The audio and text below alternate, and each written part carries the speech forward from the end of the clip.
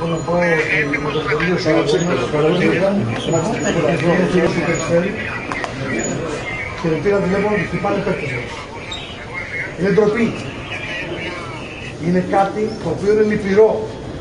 Μας ρίχνει σε βούρκους.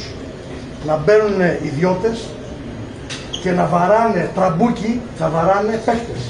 Άλλο να τσακώνονται παίκτες μεταξύ τους και άλλο τραμπούκι ιδιώτες χωρίς να είναι παίκτες, να χτυπάνε παίκτες. Και πήσανε δύο παίκτες μας, τον Ρώτα και τον Κοϊτά, οι οποίοι το καταγγείλανε. Μάλιστα ο ένας έφαγε μπουνιές στο κεφάλι. Νομίζω ότι είναι τραγικό.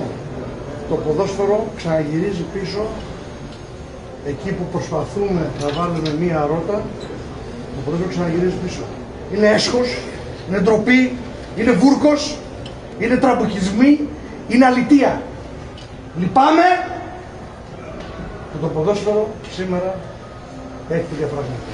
Δεν έχω τι άλλο να πω. Όσο για το παιχνίδι, όλοι είδατε ότι ήταν ένα παιχνίδι κορώνα γράμματα. Ποιος θα βάλει πρώτος γκολ.